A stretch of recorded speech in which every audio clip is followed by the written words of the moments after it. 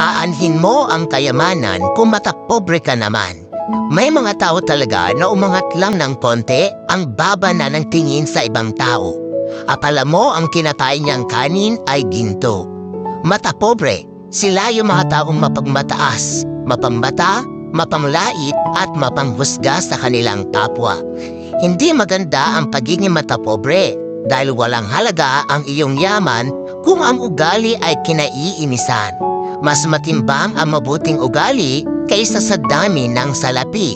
Kung matapobre kang tao, hindi rin magiging masaya ang buhay mo kung punong-puno ng galit ang iyong puso.